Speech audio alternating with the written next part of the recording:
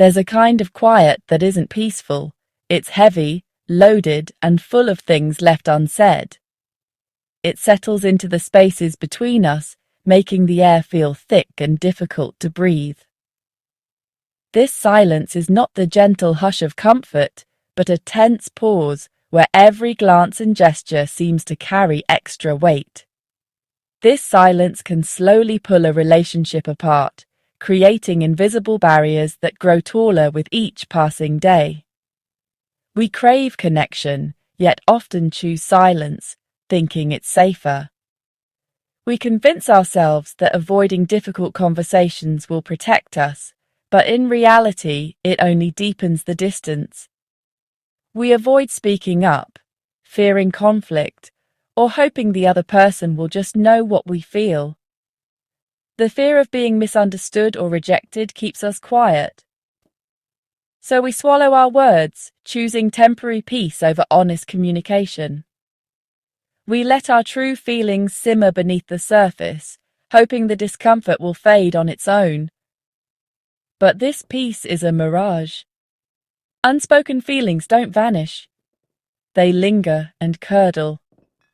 The silence becomes a breeding ground for misunderstanding and pain. Small annoyances fester into walls of resentment, and what once felt like minor issues now seem insurmountable. This is the quiet tragedy in so many homes. Intimacy eroding, not with a bang, but with the deafening sound of what's never said. The silence becomes a constant companion, slowly replacing warmth with distance. Why do we choose silence? What damage does it cause? How does it shape the way we see ourselves and each other? We'll explore emotional debt, the gap between what we feel and what we show. This debt accumulates quietly, affecting our well-being and our relationships. We'll meet the internalizer, someone who bottles things up, carrying the weight of unspoken emotions alone. Most importantly, we'll look for a way out. There is hope, even in the quietest moments. How do we break the silence and begin to heal? The journey starts with a single honest word. Think of feelings as currency. Expressed, they keep relationships balanced and healthy, allowing trust and understanding to flow freely between people. But when you say it's fine instead of sharing hurt or disappointment, you create emotional debt, an invisible weight that lingers between you and the people you care about.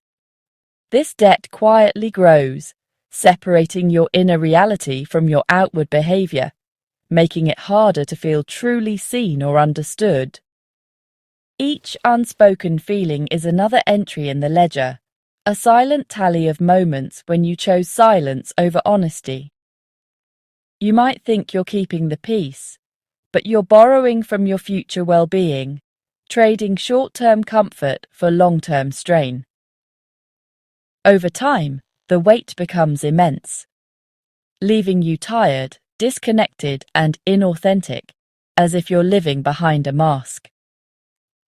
You play a role, hiding your true self from those who matter most, hoping things will improve on their own. The debt compounds into resentment and loneliness, making it harder to bridge the growing distance. Eventually, the gap becomes a canyon, and reaching the other side feels impossible.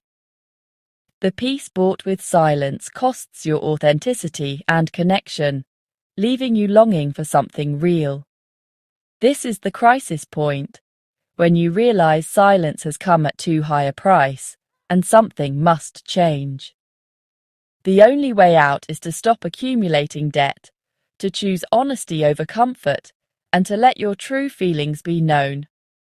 It starts with speaking up one small truth at a time and allowing real connection to begin again. Why do we stay silent knowing it's destructive? For many, it starts in childhood. We're taught to be agreeable, not to make a fuss. Expressing negative emotions often led to punishment or disapproval. We learn to fear conflict, associating honesty with pain or rejection. Silence feels safer, more familiar. Habit reinforces it. Voicing discomfort feels unnatural. Sometimes we think we're protecting others by staying quiet. But silence isn't kindness. It denies others the chance to understand and connect. We're not protecting them, we're managing them and blocking true intimacy. Real connection requires honesty, not avoidance. Meet the internalizer, the person who absorbs everything, rarely speaking out. They seem calm, but inside, emotions churn. They believe silence is strength, a way to process alone. But the processing never ends. Feelings stay trapped. Often shaped by childhoods where emotions were unsafe, they learn to be invisible. Their fortress of silence keeps others out, breeding loneliness. Partners feel shut out, left guessing. The internalizer holds the key to connection, but fears using it. Unspoken feelings don't disappear. They ferment into resentment. Resentment is emotional interest on unpaid debt. It starts small, a forgotten anniversary, a careless joke. Each slight adds a pebble to a growing pile. Over time, you carry a mountain of grievances. Resentment poisons the relationship, coloring every interaction. You start keeping score, interpreting mistakes as proof of carelessness. Contempt grows, eye-rolling, sarcasm, emotional distance. According to Dr. John Gottman, contempt is the top predictor of divorce. It all begins with a single word left unsaid. Silence breeds the most destructive monsters. When direct communication feels too risky, passive aggression emerges. It's the language of the silent, anger expressed indirectly. Subtle digs, sarcasm, accidental forgetfulness, these are all signs. The goal: make the other person feel your anger without owning it. It's maddening for the recipient, who's left guessing and doubting themselves. Passive aggression is cowardly and erodes trust. It solves nothing, only adding toxicity. Relationships suffocate not from lack of air, but from lack of honest words. Silence creates a vacuum, and our minds rush to fill it. The partner left in the dark invents stories, usually worse than reality.